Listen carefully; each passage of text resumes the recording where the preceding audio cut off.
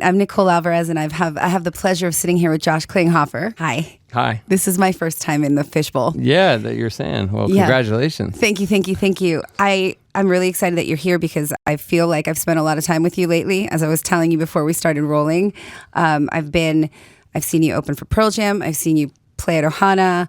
I've seen you play with the Chili Peppers. I mean, I've seen you so much, so I have a lot of questions stacked up. And I want to start by saying, to me, you are a musician's musician. And I say that because of the way that other artists talk about you and the way that you're regarded. So I wanted to ask, when was the first time, when and how did music come into your life? Gosh, I don't remember a time where it wasn't in my life, but I feel like the nice even number, odd number answer is 5 years old. I really remember getting into the Beatles and the Beach Boys at 5. But before that, I was already sort of obsessed with, whatever children's records were around. And I had a Fisher-Price turntable, which I still have. And I was playing, I remember having this Pink Panther disco album. That's what it was called. And it was like, like a kid's album, but it had versions of Pink Floyd, Another Brick in the Wall, and Billy Joel songs, and just music has always been a part of my life. Do you remember when you listened to music, especially when you were little? Was it maybe lyrics? Was it melody? Did you always pretend to be in the band, or did you just lay back and get lost in it? It's been a big part of my life too, so I'm always curious to talk to music nerds. If I may call you a music nerd. No, please. That's what I am. I'd say all of the above. Lyrics are a funny one because I think getting involved as a listener so young, you don't really have the intellect or the language yet to kind of put together what a singer might be or a lyricist is trying to convey. And I think those habits, and maybe just my natural sort of, especially the music that I grew up with a lot of the time, it was harder to understand what people were saying. So, I would read them sometimes, and sometimes I wouldn't. Sometimes it wasn't as important to me. So, and I think that actually carried on into my being a lyric writer. And I've had to sort of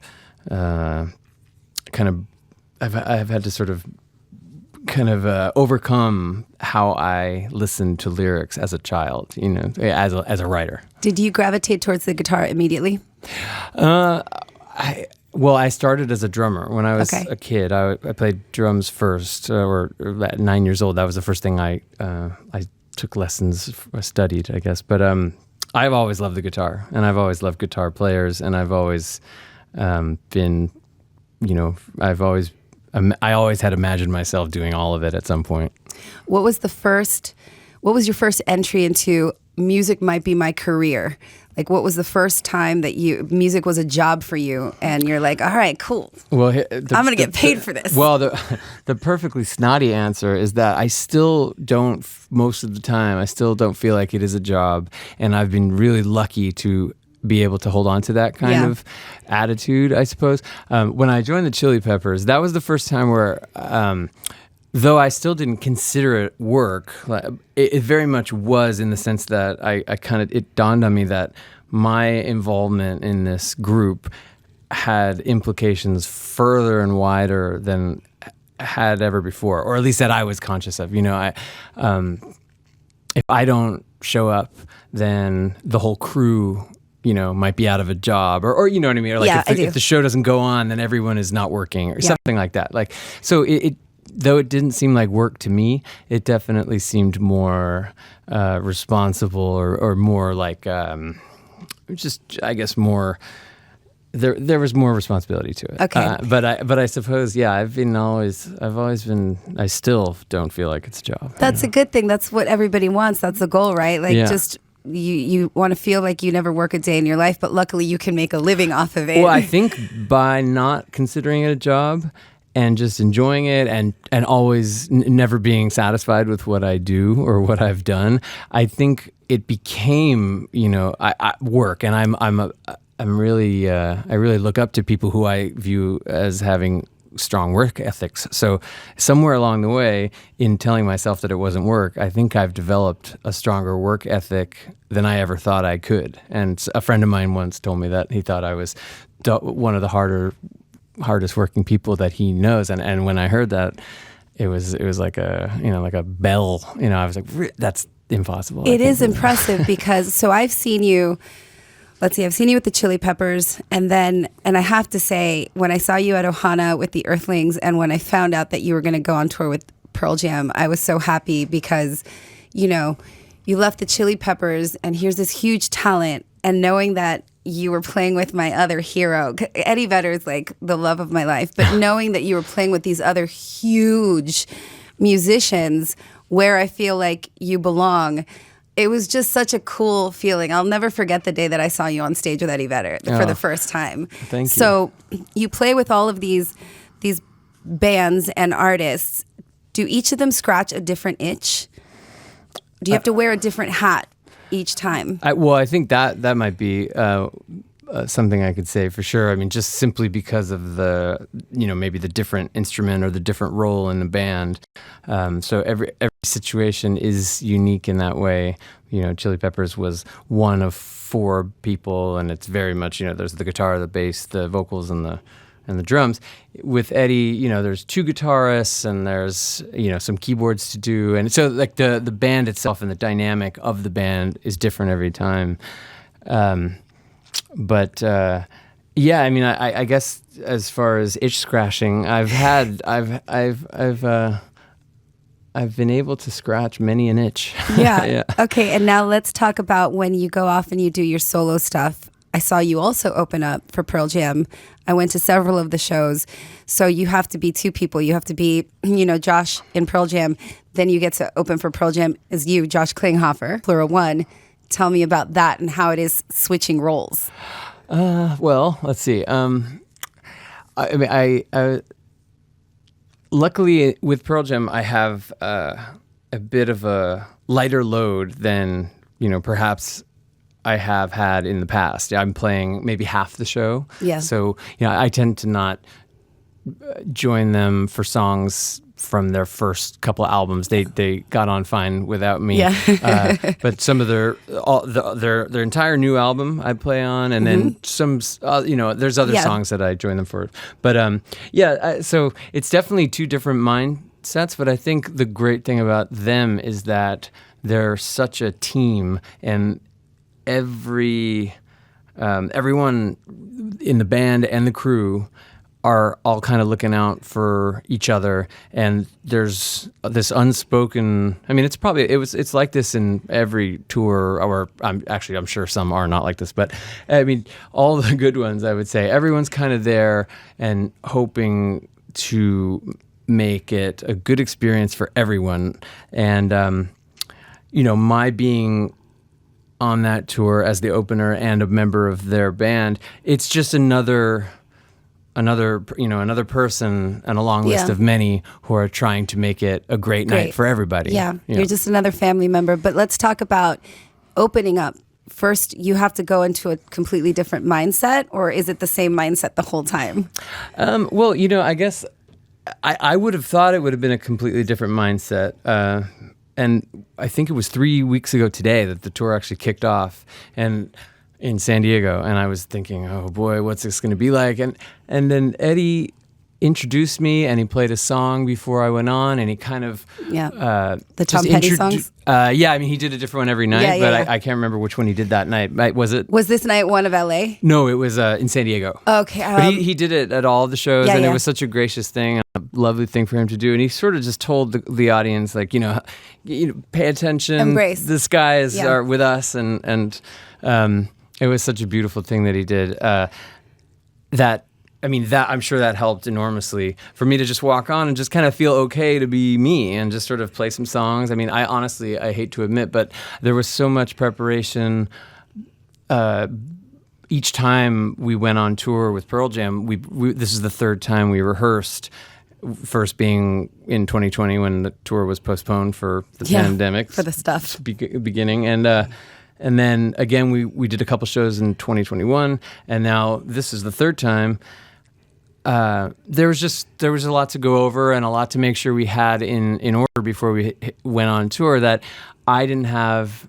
I prepared for my own tour as much as I could, but I didn't do it as much as I would have done had I not had this other thing to do. So, when I got up there on stage the first time, I had only just constructed my little rig the night before, and I was just sort of, I just surrendered to it a bit, which is kind of in line with how I've just been trying to live and grow and just sort of not getting stuck in my mind too much. And so I walked up there, and Eddie had given me this beautiful introduction, and I just tried to be me and get through songs as best I could, and it got more comfortable every night. When do you feel the most free of thought and mind, the most liberated, I guess? Is it when I'm sleeping? When you're sleeping? Because I feel like you're one of those mad geniuses who's always going and thinking and creating in your mind. But is it when you're playing? Forget the sleeping. Is it when you're playing or when you're writing?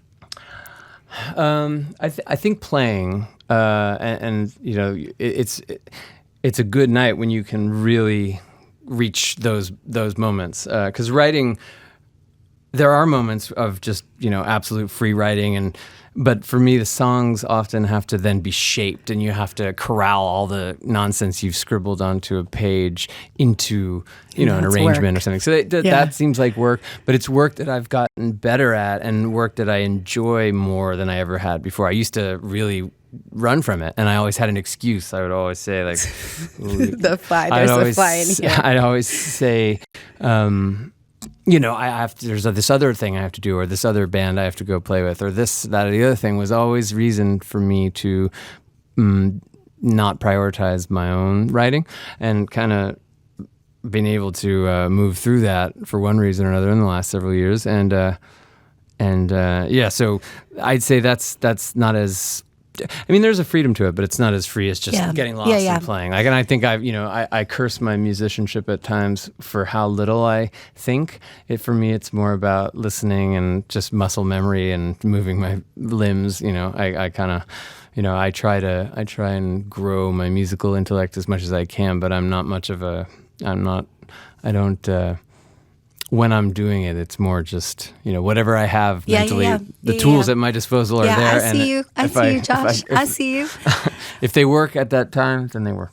This is the show. When you listen back, what do you hear? And then the second part is, this is the show, the podcast. What made you start it? This is the show. This is the show, yeah.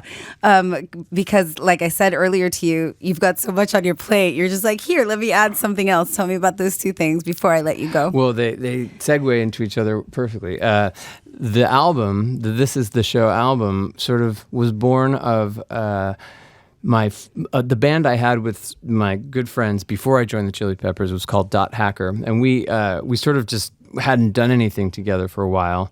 And then at some point during 2020, when the world had shut down, a good friend of ours had a serious injury. So we all sort of got together with a bunch of other of our friends who know him, and we did this song together for him, and sort of about his recovery, and just as a gesture of support. And it was great. The four of us were working together, and we were able to kind of put any nonsense that we may have had if we were working together normally aside, and just do it for the greater cause, which was our friend. So it's therapeutic too. Absolutely. Yeah. And I thought, let's just try and keep this going. And we tried to do more. We got one song done, we released it, and then we tried to do a whole album. I got real excited about it. I wrote a bunch of stuff really fast, and then it just didn't catch fire like I thought it might. But Clint Walsh, who was in that band, he and I just were having a great time working together.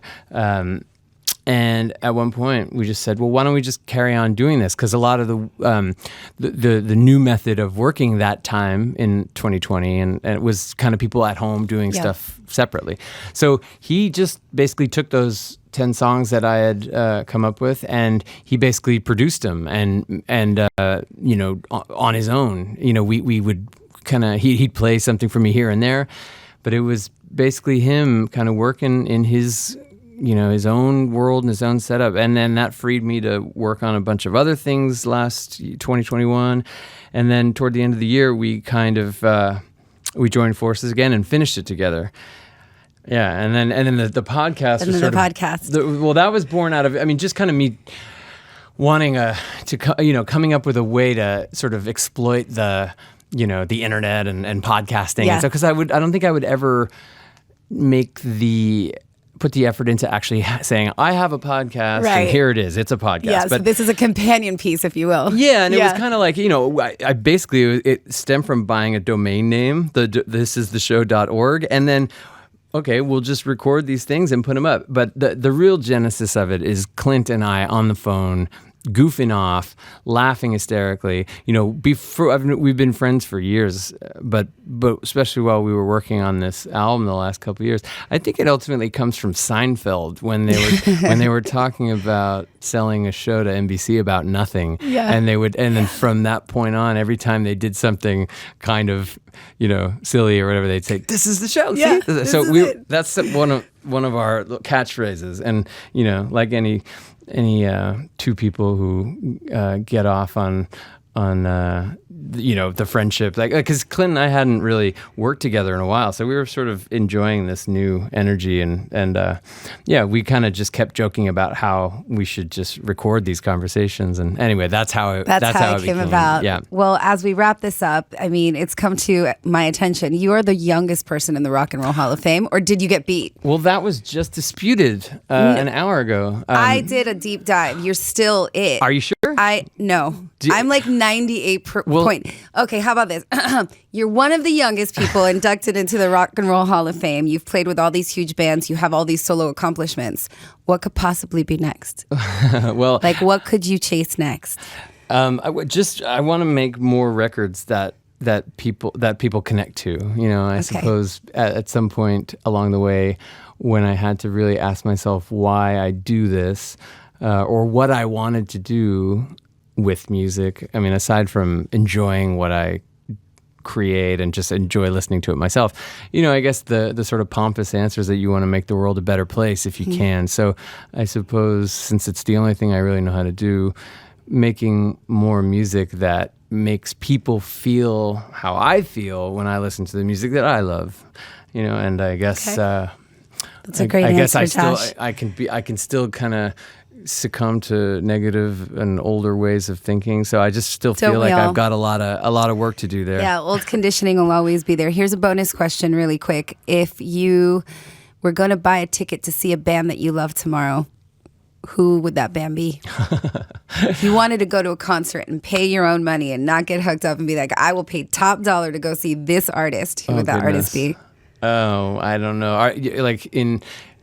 Of all time, like still around, or an actual band that's on tour? An actual band that's on tour would be great, but we can throw in the deceased ones, if you will. Well, the funny thing about this question is that I went through this whole dilemma yesterday, because one of my favorite groups in the 90s was Pavement, and they played at did you go? No, and that's the thing. They played at the Fonda last night, and I'm sure I could have gone, and then when 5:30 rolled around, I thought to myself, the last thing I want to do is leave my house. Yeah, go and be around. I mean, I guess the virus is still swimming all around.